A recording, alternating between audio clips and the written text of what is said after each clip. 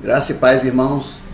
Uma alegria estar com vocês aqui hoje, continuando nosso estudo sobre arrebatamento, baseado no capítulo 12 de Apocalipse. Nós fizemos a primeira parte e ficamos devendo a segunda parte, né? Hoje estamos falando na segunda parte e estarei lendo no capítulo 12, o verso 1. Se você quiser nos acompanhar, você abra a sua Bíblia em Apocalipse 12, né, do verso 1 em diante. Nós vamos lendo e vamos comentando com vocês para que nós possamos nos edificar mais e mais na palavra de Deus, pois já está escrito, né, que bem-aventurado é aquele que lê, aquele que ouve e aquele que guarda as palavras da profecia deste livro, ou desta profecia, como queiram. Em Apocalipse 12:1 está escrito o seguinte, vejam bem: viu-se grande sinal no céu, a saber, uma mulher vestida do sol, com a lua debaixo dos pés e uma coroa de 12 estrelas na cabeça. Apocalipse 12:1. Um grande sinal. No tocante ao vocábulo sinal, o verbo é usado no primeiro versículo do primeiro capítulo do Apocalipse, embora em português isso não seja evidente, tá bom? Em português a gente não vê isso com facilidade, não. Isso porque a intenção é mostrar aos servos do Senhor o que vai acontecer. É usado novamente no capítulo 15, no verso 1, onde nós podemos ler o seguinte: vi no céu outro sinal grande e admirável. Capítulo 15, verso 1. Irmãos, embora ocasionalmente sejam usados alguns símbolos nesta sessão, o termo sinal, nesse caso, não expressa esse fato, de jeito nenhum. Não tem o sentido de símbolo, mas de grande e maravilhosa revelação. Grande e maravilhosa revelação. A palavra maravilha expressaria de modo perfeito essa ideia. Sim, é uma maravilha. E nós ficamos maravilhados com o que nós aprendemos neste capítulo. No céu, nesse caso, significa no firmamento. No firmamento.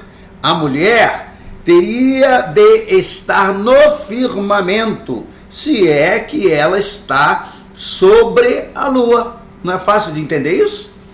Bem fácil, né? Se ela está sobre a lua, claro, tem que estar no firmamento. A mulher, né, ela tem um significado todo especial, conforme nós vamos ver já já. A cena que é vista, que é abordada, que é apresentada no capítulo 12, é transferida para a terra. Nós estávamos até aqui, até o capítulo 11, vendo tudo conforme acontece no céu. Do 4 ao 11 de Apocalipse, são os mesmos fatos, vamos dizer assim, que do 12 ao 16, sendo que do 4 ao 11, sob o ponto de vista do céu, e do 12 ao 16, sob o ponto de vista da terra. Então, é onde eu digo que a cena é transferida para a terra, assim que o varão, o filho da mulher, o filho varão, não é dado à luz. Assim que a mulher dá à luz ao filho varão, a cena se transfere para a terra. Eu já falei isso em estudos passados, por isso não vou perder tempo aqui. A mulher, um grande sinal, uma mulher. A mulher, nas escrituras, meus amados, quando usado simbolicamente, o vocábulo mulher sempre representa uma igreja, uma nação, sempre. E neste caso, deve estar em vista o seu sentido mais amplo, que incluiria também os santos do Antigo Testamento. Uma mulher ímpia, segundo esse simbolismo, representaria uma igreja má ou uma igreja falsa.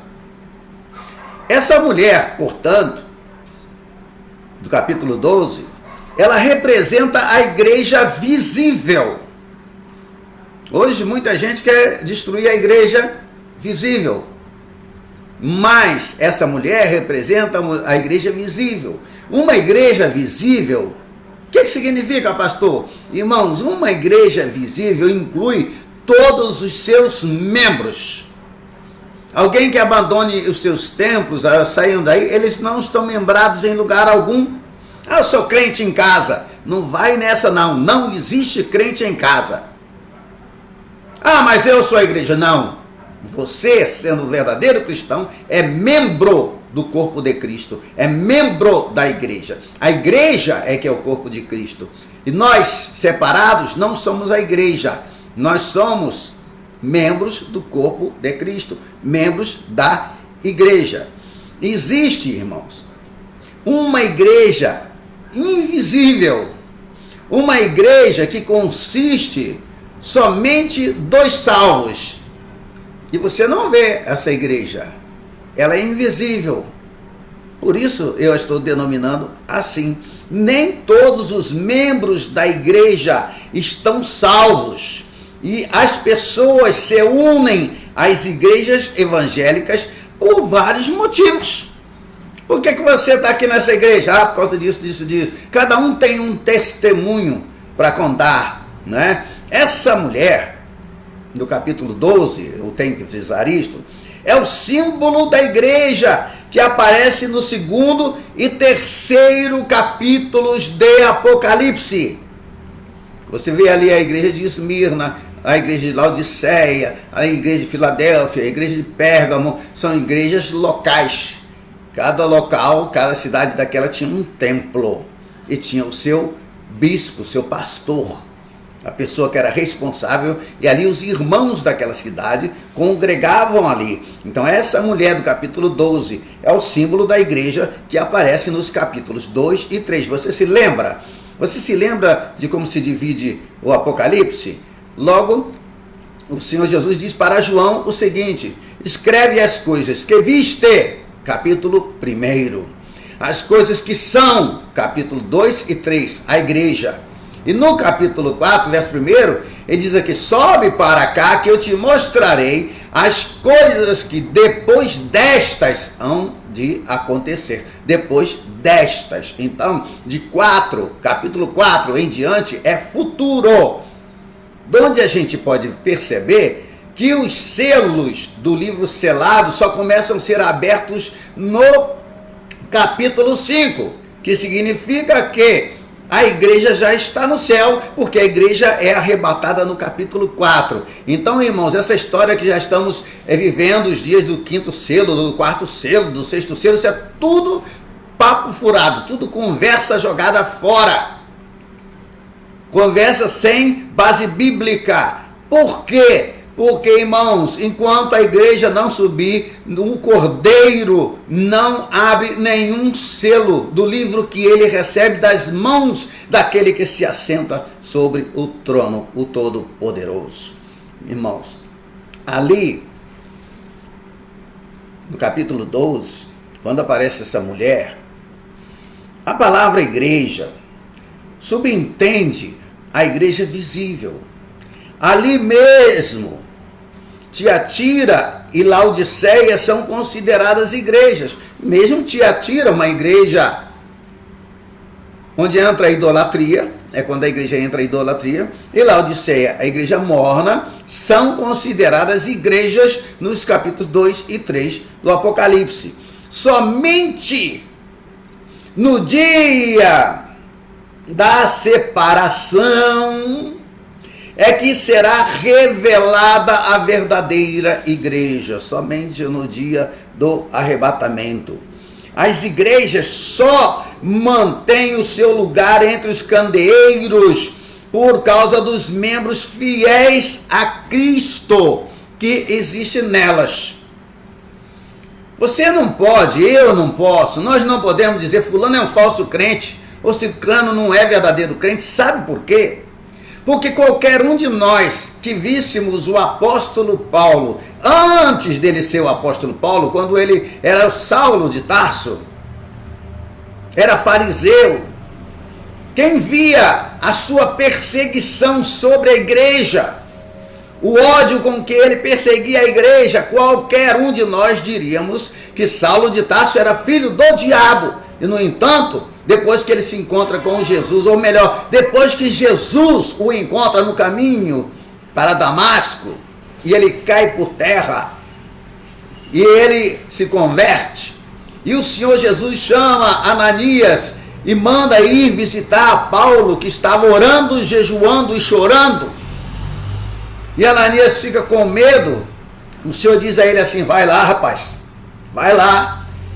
Esse homem aí que eu estou te mandando ir lá, orar por ele, orar com ele, impor as mãos para que ele seja cheio do Espírito Santo. Esse homem é vaso meu escolhido desde o ventre da sua mãe. Então, irmãos, quando ele fazia todas aquelas atrocidades, ele já era vaso escolhido de Deus. E com isso, Jesus não nos dá o direito de julgar a ninguém, porque nós só julgamos através do que os nossos olhos veem. Mas só Deus conhece os corações. Deus sabe quem ele chamou, quem ele não chamou. Só Deus sabe quem é fiel, quem é verdadeira igreja. Deus não me dá, não dá ao pastor Aragão o direito de julgar, não. Irmãos, eu tenho que orar e pedir discernimento ao Senhor para que não erre. Continuando aqui, capítulo 12. Vestida do sol. Estar vestido do sol equivale a ser, ou a estar, deixa eu dizer assim, revestido de luz. Revestido de luz. A luz é a vestimenta de Deus. Ele é luz. A igreja de Cristo é a guardiã dessa luz. Pois Jesus disse: vós sois a luz do mundo, em Mateus 5, versículo 14. Vós sois a luz do mundo. A igreja é a luz do mundo. Se existe uma verdade, é a igreja que tem essa verdade. Quem possui essa verdade é a igreja. Se existe um conhecimento que possa sobreviver à sepultura, então é a igreja quem sustenta tal conhecimento. Toda a luz projetada sobre os problemas da vida e os mistérios da existência pelo Espírito Santo pertence à igreja. Ela, pois, a igreja, aparece vestida do sol. E como mais esse sinal grande e maravilhoso foi visto por João? Com a luz, viu uma mulher vestida do sol, com a luz debaixo dos pés. Debaixo dos pés. A igreja será vitoriosa em sua posição. A lua só aparece à noite. Pode simplesmente simbolizar as trevas, o erro, e se acha debaixo dos pés da mulher. Ou seja, as trevas, o erro, tudo que é mal está debaixo dos pés da igreja. É a igreja que é vencedora. É a igreja que domina. Meus amados, meus queridos irmãos, assim como o sol, da mesma forma como o sol é o rei do dia, a lua é a imperatriz da noite, pelo que também serve de apropriada figura do reino das trevas. E é assim como estar vestido do sol significa, meus queridos, significa ser glorioso facho de luz para o mundo, assim também pisar a lua é a imagem da vitória sobre os poderes das trevas. Mas a mulher tinha também algo glorioso. Além do que nós já falamos, ela possuía uma coroa de 12 estrelas. E eis aí um sinal de realeza. Realeza, pastor? Sim, você conhece bem o versículo citado por Pedro. Vós, porém, sois raça eleita, sacerdócio real, nação santa, povo de propriedade exclusiva de Deus, a fim de proclamardes as virtudes daquele que vos chamou das trevas para a sua maravilhosa luz. Lembra onde está? Lembra? Lembra? 1 de Pedro, capítulo 2, versículo 9. Versículo maravilhoso. Várias vezes mencionado pelos cristãos. O número 12, eram 12 estrelas, pode referir-se tanto aos santos do Antigo Testamento quanto aos do Novo Testamento. Eram 12 tribos de Israel e são 12 apóstolos. Quando a mulher é vista aqui, nessa passagem, o arrebatamento está prestes a acontecer. Ela representa a igreja tal qual existirá no tempo do arrebatamento. Se você quiser, me acompanha aí. Olha, estou aqui agora com a Bíblia aberta, eu vou ler e me acompanha, por favor, do verso 2 ao verso 5, capítulo 12, do verso 2 ao verso 5. Que, achando-se grávida, grita com as dores do parto, sofrendo tormentos para dar à luz. Viu-se também outro sinal no céu, e eis um dragão grande, vermelho, com 7 cabeças, 10 chifres, nas cabeças 7 diademas. A sua cauda arrasta a terça parte das estrelas do céu, as quais lançou para a terra. E o dragão se deteve em frente da mulher que estava para dar à luz, a fim de lhe devorar o filho quando nascesse. Nasceu-lhe, pois, um filho varão, que há de reger todas as nações com cetro de ferro. E o seu filho foi arrebatado para Deus até o seu trono. Eu citei onde eu li, você deve ter lido comigo, Apocalipse 12, versos 2 até o 5. Filho varão, o filho varão, quem é esse filho varão? Você às vezes pega uma Bíblia da Igreja Católica, uma Bíblia de estudo, está escrito lá que a mulher é Maria, que o filho varão é Cristo. Você pega Bíblias cristãs de estudos, está escrito que a mulher é Israel e que o filho é Cristo. Aí eu pergunto, será que é? Será que eles estão certos? São pessoas inteligentíssimas, pessoas de grande estudo, muito bem graduadas que dizem isso. E quem sou eu, uma pulga no deserto, para contestar o que esses grandes sábios ensinam? Quem sou eu? Mas, preste atenção. Me respondam uma coisa. Você que concorda com tais sábios. Se a mulher é um símbolo como ela vai ter um filho real? Porque Cristo não é símbolo. Cristo não é um símbolo, Cristo é real, e bem real. Por falar nisso, você já falou com ele hoje? Já que a mulher, irmão, é um símbolo, então o filho varão também obrigatoriamente tem que ser um símbolo. Claro, filho de gato é gatinho. Não é? Filho de gato não pode ser homem. Filho de símbolo, entre aspas, simbolinho. Ora, como vai ser uma mulher real e o filho vai ser um símbolo? Ou como uma mulher vai ser um símbolo e o filho vai ser real? Não tem cabimento.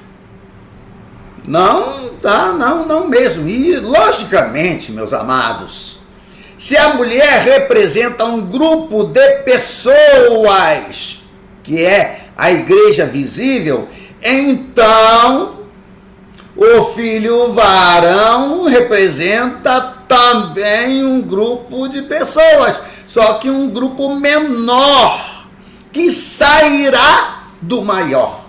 Já ouviram isso? Eis que tira um povo do meio deste povo. Ele não leva o povo todo. De todo o povo, de dentro de todo o povo, ele tira um povo. O povo que ele tira, em número, é menor do que o povo em que ele está contido. E esta é uma questão lógica. É uma questão de lógica, é uma coisa simples. Então, o filho varão, se ele representa um grupo de pessoas que está dentro de um grupo de pessoas maior que a igreja visível, então o filho varão só pode representar, na verdade, a igreja invisível. A igreja invisível. E é preciso que haja um nascimento, ou seja, uma súbita separação. O que é o nascimento? Pense numa mulher grávida. O filho que está em seu ventre está unido a ela. Mas para que haja o nascimento, o filho tem que ser separado da sua mãe, do ventre materno. Por isso é cortado o cordão umbilical. O filho varão, a igreja invisível, ainda está ligado na igreja visível. E é preciso que haja uma separação, um nascimento. E é isso, irmãos, que a gente chama de arrebatamento. O filho varão, ou seja, a igreja invisível, a igreja fiel, a igreja verdadeira, que está dentro da igreja visível, é tirado de dentro dela, é arrebatado para o céu. Muita gente pensa que é Cristo, ou pensa que é Cristo, mas Cristo não foi arrebatado para o céu. Cristo subiu para o céu pelo seu próprio poder. E na frente de pelo menos 500 varões, 500 irmãos, ele foi sendo elevado ao alto, lentamente, e subiu numa nuvem. Irmãos, a igreja que for deixada para trás terá de enfrentar o anticristo. E aqui, nesse momento do nosso vídeo, nós encontramos 3 símbolos. 3. Uma mulher, um filho varão e um dragão. E o sentido é dado nesse capítulo. Precisamos apenas, se não enxergamos, pedir discernimento ao Espírito Santo de Deus, nosso verdadeiro mestre, para que ele nos esclareça exatamente. Porque nós estamos passando do conhecido para o desconhecido. E o único que pode realmente revelar o desconhecido é aquele que conhece todas as coisas. O outro Consolador que Jesus deixou para nos ensinar e para nos fazer lembrar de suas palavras. Irmãos, o 9º versículo do capítulo 12 nos ensina qual é o significado do dragão, o 9. O dragão representa o diabo e as estrelas que o seguem são seus anjos. Vamos dar uma olhada, por exemplo, no versículo 7 do capítulo 12. Olhe comigo, ou leia comigo. Versículo 7 do capítulo 12. Então houve guerra no céu. Miguel e os seus anjos batalhavam contra o dragão. E o dragão e os seus anjos batalhavam. E no verso 9 está escrito assim, o verso 9. E foi precipitado o grande dragão, a antiga serpente, que se chama Diabo e Satanás, que engana todo o mundo. Foi precipitado na terra e os seus anjos foram precipitados com ele. Nós também temos a informação sobre quem é o filho varão. Sim, está escrito que o filho varão há de reger todas as nações com um cetro de ferro. Na Bíblia, irmãos, essa expressão é empregada para referir-se tanto a Cristo como aos santos. No Apocalipse faz alusão específica aos santos. Se você der uma olhadinha lá no capítulo 2 de Salmos, está escrito que o varão que vai reger as nações com vara de ferro é Cristo. Se você for dar uma olhadinha lá em Daniel, também está escrito que é Cristo. Mas, uma coisa muito interessante, deixa eu ver se eu encontro aqui Daniel aqui na minha Bíblia. Deixa eu ver se ainda consigo achar Daniel. Deixa-me ver se o capítulo é o 7. E uma coisa muito interessante que eu quero mostrar para vocês, se é realmente o 7. Daniel. Não, Daniel 20. É o 7, o versículo é o 27. Deixa eu, antes de ler aqui Daniel com vocês, eu quero falar uma coisa. Aqui tem, na minha mão, olha, uma calculadora. Essa calculadora é minha, eu comprei, eu tenho recibo, eu tenho como provar que ela é minha. Me pertence. Se eu quiser dar a qualquer pessoa essa calculadora, eu posso. Sabe por que eu posso? Porque ela é minha. Se é minha, se eu quiser jogar fora, eu até jogo. Eu dou para quem eu quiser. Não é verdade? O relógio que está no teu braço não é seu? Se você quiser mandar ele de presente para mim, você não pode? Pode. E se você der para mim, entre tantas outras pessoas, você pode ser chamado injusto porque deu para mim? Não é seu, você não dá para quem quer? Então, irmãos, olha só, em Daniel capítulo 7, o versículo 27 está escrito assim, olha, eu vou ler com você, preste atenção. O reino e o domínio e a grandeza dos reinos debaixo de todo o céu serão dados ao povo dos santos do Altíssimo. De novo, vou ler, vou repetir. O reino, o domínio e a grandeza dos reinos debaixo de todo o céu, que são de Cristo, serão dados ao povo dos santos do Altíssimo. E quem é que é o povo dos santos do Altíssimo? Continuando ainda o versículo 27. E o seu reino será um reino eterno, e todos os domínios o servirão e lhe obedecerão. Opa, viram que coisa interessante aí? Obedecerão. Ora, então, meus amados, prestem bem atenção. Cristo recebeu do Pai tudo isso, o reino, o domínio, a glória, tudo pelos séculos dos séculos. Amém. Não é verdade? Não é verdade isso? Mas o reino é de quem? De Cristo. Por quê? O Pai entregou todo a ele. Mas se ele quiser dar para mim e para você, ou seja, dar para a igreja, ele não pode?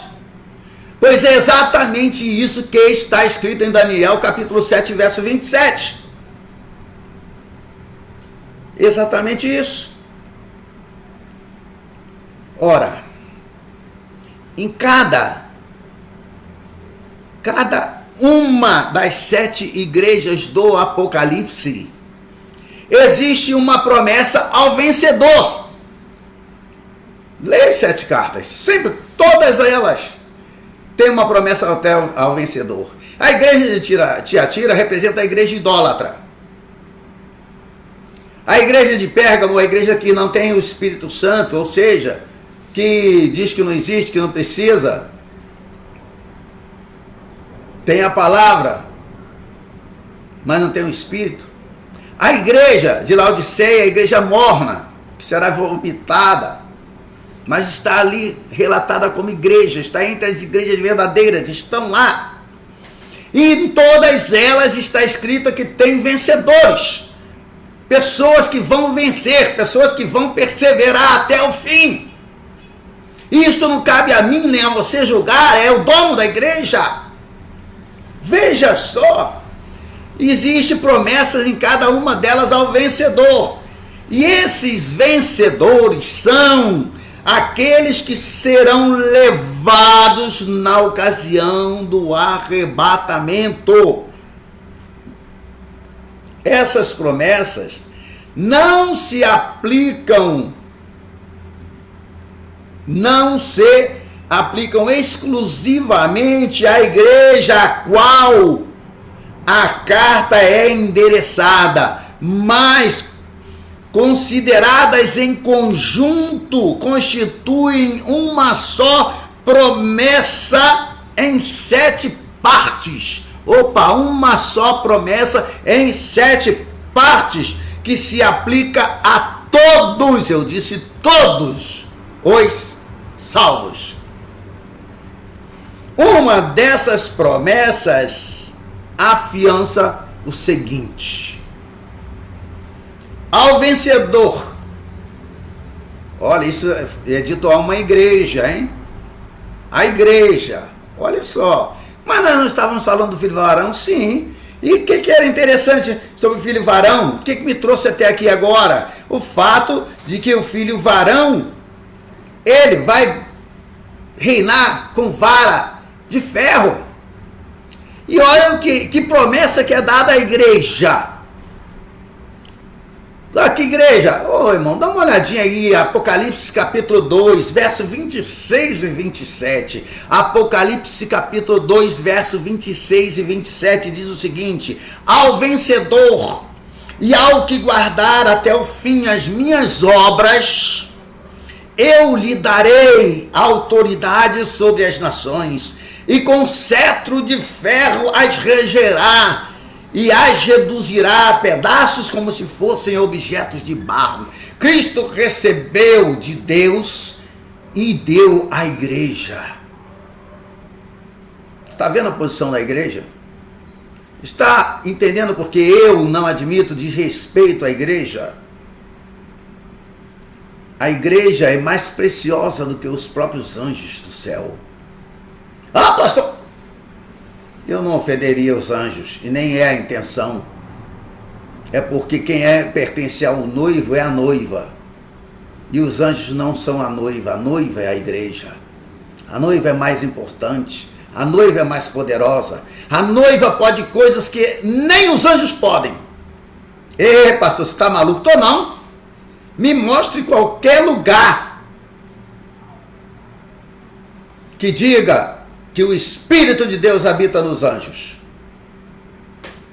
que os anjos são cheios do Espírito de Deus. Não, mas a igreja fiel é cheia do Espírito Santo. Ela pode tudo que Cristo pode, quer alguém se agrade, quer não se agrade. Tudo que Cristo pode, a igreja pode, porque Cristo é a cabeça e a igreja é o corpo. E eu te pergunto agora, de que vale uma cabeça sem corpo? De que vale um corpo sem cabeça? Nós somos aqueles ou aquele corpo através do qual Cristo trabalha. Ele prega, ele salva, ele cura, ele liberta, ele transforma, ele renova, ele purifica, ele santifica, ele alimenta o rebanho. Ele trabalha através da igreja, o corpo de Cristo, o seu corpo. E nós temos visto em nosso estudo como os santos se sentarão em tronos após o arrebatamento. Opa, o que é que te espera? O que é que me espera? Tronos. Tronos. E os santos serão juízes da terra. E muitas vezes nos é dito que seremos reis e sacerdotes. Por isso que eu acredito que ele é chamado de Rei dos Reis. Não é porque tem o rei da Inglaterra, o rei da Itália, ou o rei da Espanha, não sei nem se a Itália tem rei, sei lá, mas eu saiu aqui, falei agora apenas para um exemplo, o rei de Portugal, ou o rei do Brasil que já teve, não é?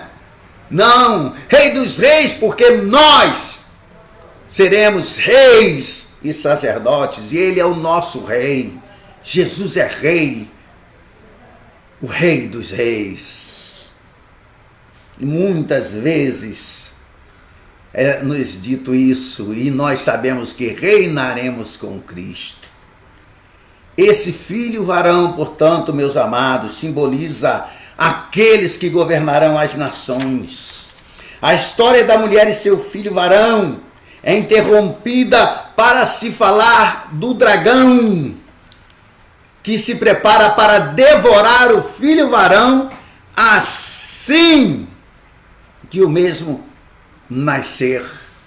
Mas isso, a continuação dessa história, fica para o nosso próximo vídeo.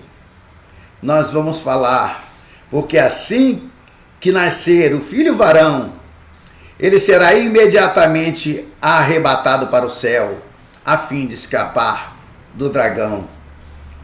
Tem muita gente por aí querendo que a igreja caia nas garras do dragão, ensinando que a igreja vai ser presa pelo dragão, maltratada pelo dragão.